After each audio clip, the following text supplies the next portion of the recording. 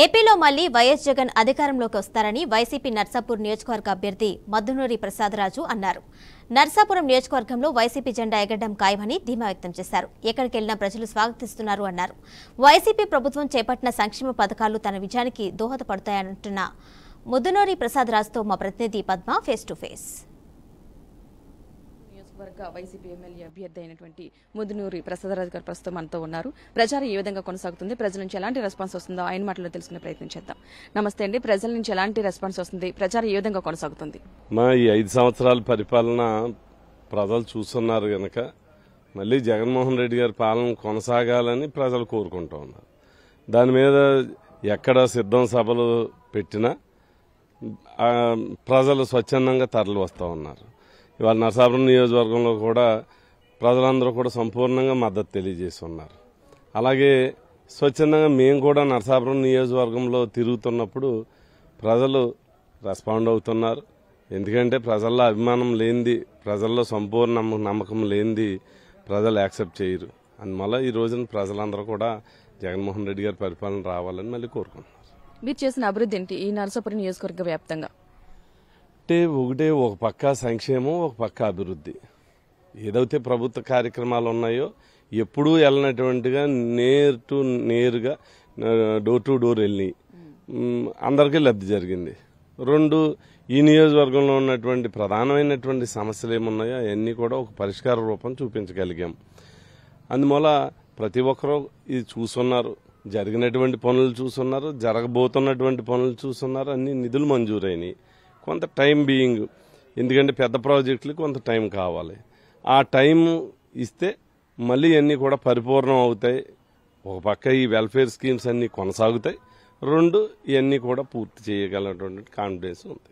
అంటే మీ హయాంలో aqua fishing యూనివర్సిటీకి సంబంధించి పునాది వేసింది మీరే అని చెప్పేసి అంటున్నారు. సో దానికి సంబంధించి అంటే యూనివర్సిటీ ఆల్రెడీ 2 సంవత్సరాలు అయింది మంజూరయ్యి.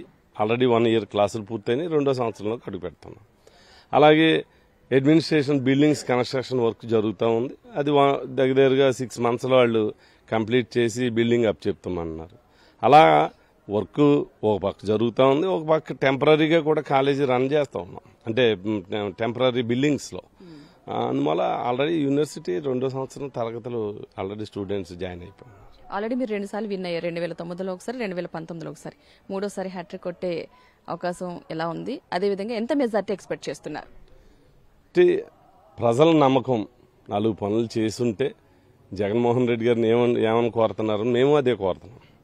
ఇవాళ మీ గ్రామాల్లో అభివృద్ధి జరిగిందా లేదా, మీ కుటుంబాల్లో లబ్ధి జరిగిందా లేదా, ఈ ప్రభుత్వంలో నేరుగా లబ్ధి పొందున్నారా లేదా, మీరు పొందుంటే మళ్ళీ ఈ ప్రభుత్వాన్ని గెలిపించుకోండి. అక్కడ ముఖ్యమంత్రి గారిని గెలిపించుకోవాలి.